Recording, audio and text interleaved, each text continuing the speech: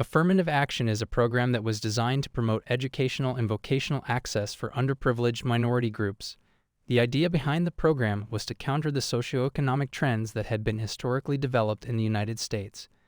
This allowed people who would normally not be able to attend college or work in certain careers to do so.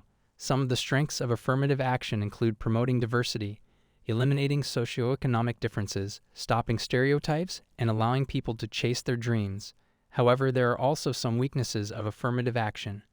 One disadvantage is that it can promote reverse discrimination. If the goal is to eliminate discrimination from a society, then offering a program that promotes discrimination in reverse can be a counterproductive one. Another disadvantage is that it can still reinforce stereotypes. Additionally, it can draw attention to past issues of racism and discrimination. Affirmative action has its origins in the civil rights movement of the late 1950s and early 1960s.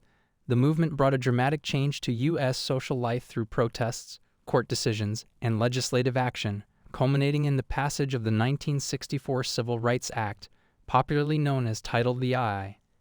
The term affirmative action was first linked specifically with a policy meant to advance racial equality by John F. Kennedy, according to Smithsonian Magazine.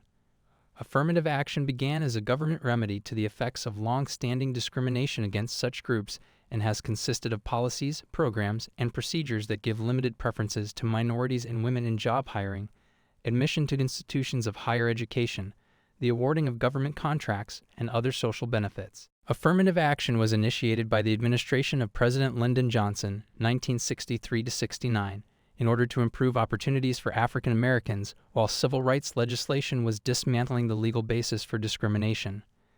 The federal government began to institute affirmative action policies under the landmark Civil Rights Act of 1964 and an executive order in 1965. Businesses receiving federal funds were prohibited from using aptitude tests and other criteria that tended to discriminate against African Americans.